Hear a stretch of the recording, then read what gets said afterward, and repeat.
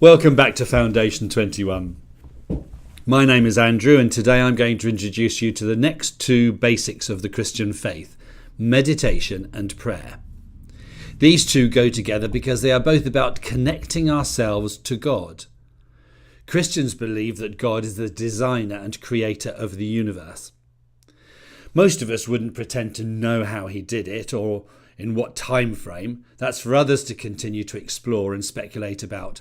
But a foundational Christian belief is that we can connect with the God who created us, and that he invites us to and really wants us to do so.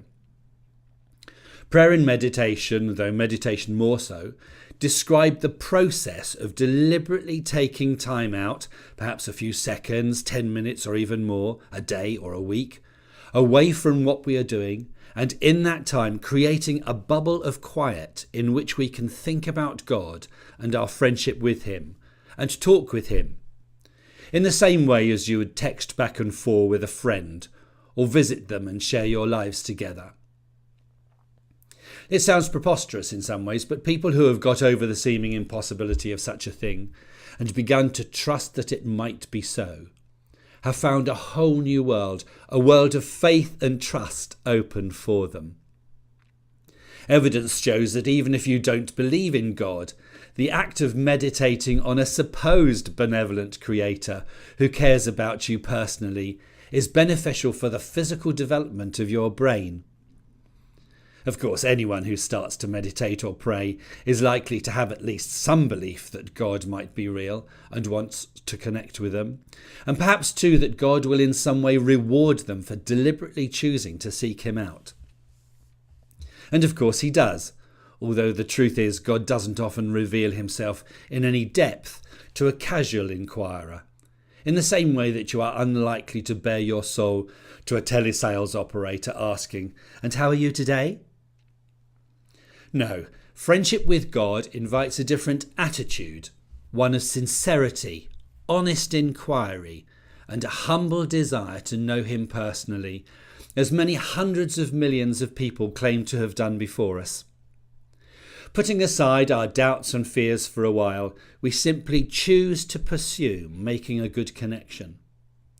Meditating and praying are essentially spiritual experiences, and crucial to getting anything at all from practicing them means accepting the principle that human beings are first and foremost spiritual in nature.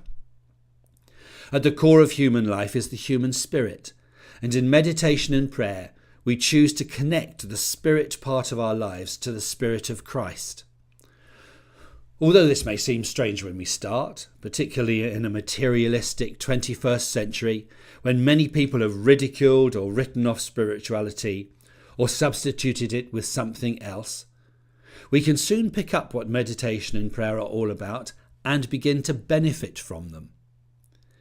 It's surprising, even a shock for some people, that we may actually find ourselves sensing God's very personal interest in our lives, his love for us, a sense of peace, and other good core emotions like joy, gratitude, contentment, or just experiencing a sense of inner well-being, for instance.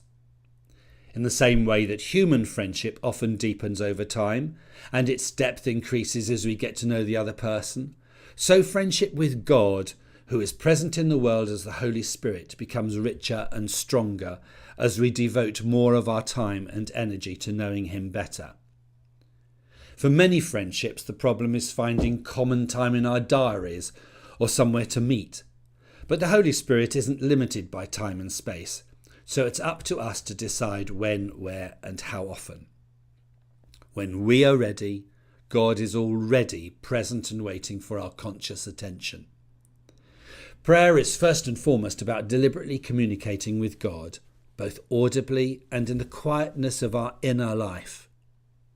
Jesus described it as going into a private room and having a secret conversation inside our own thoughts.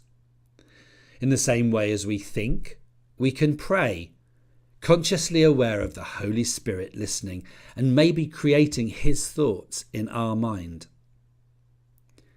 Sadly, like many other things in our culture, the practice of praying has become institutionalized into saying prayers at state occasions, formal church services and civil functions. Or we may hear on the news that prayers have been said at a memorial service. These are usually written out like a speech to God in a traditional format, and sometimes accompanied by little rituals, closing our eyes, or putting on an odd voice, using special words or special clothes. This sort of prayer is far from the simple praying that Jesus modelled in the Gospels, which was pretty much an uninhibited pouring out of his heartfelt thoughts to God. One description of prayer that I like is waiting on God until the dust settles and the stream runs clear. It conjures up a picture of a waiter in a posh restaurant, quietly waiting until you need their service and then coming straight to you. This sort of inner prayer doesn't even need words, in the same way that old friends enjoy just being quiet in each other's company and don't need to be talking all the time. Meditation is a little different to prayer in that it adds an element of deliberate inner discovery and even adventure. I think of meditation as prayer with a learning focus, with the learning happening deep down inside, at gut level, and not always consciously. Far from the idea of meditation being to empty your mind in order to create a transcendental experience, as other advocates would suggest. The purpose is always to increase your awareness and understanding of God, and have your thinking taken to a fresh, higher, richer level by Him. One way to do this is to meditate on a verse from the Bible, or perhaps on the grandeur or a fascinating detail of the natural world around us. King David did this in the Psalms in the Old Testament. Remember, the purpose is to increase your awareness and understanding of God. And generations of people have found it works. Done in the right attitude, it connects us consciously to our Creator, and usually brings a deep sense of inner satisfaction, of coming home, and of having learnt something new. Maybe that's one reason that walks in the countryside are known to have significant benefit to our psychological and emotional health. People are quite naturally and unconsciously reconnecting with their Creator. It just remains for me to wish you well as you find out for yourself how enjoyable, rewarding and fulfilling both meditating on God and praying can be.